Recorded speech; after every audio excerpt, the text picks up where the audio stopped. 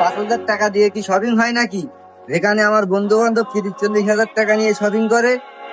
যদি শখই পূরণ না করতে পারো তাহলে জন্ম দিছো কেন? বাবার সাথে রাগ দেখাস?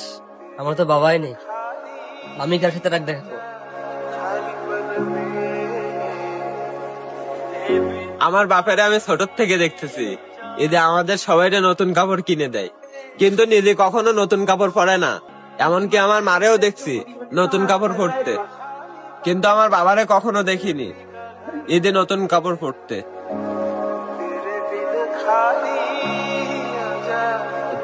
বাবার টাকা পয়সা না, বাবা থাকাটাই আল্লাহর বড় একটা নিয়ামত।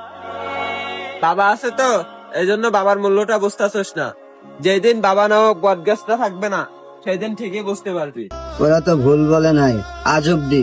আমিও কখনো দেখি নাই আমার বাবাকে নতুন জামা কাপড় পরতে। বাবা মানেই তো বট বৃক্ষ, মাথার ওপর সে মানুষটা ছায়া হয়ে আছে, তার সাথে আমি বাজে ব্যবহার করলাম। আই এম সরি বাবা, আর কখনো তোমার সাথে এমন ভাবে কথা বলবো না। খুব ইচ্ছা করছে বাবারে গিয়ে শক্ত করে জড়াই ধরতে।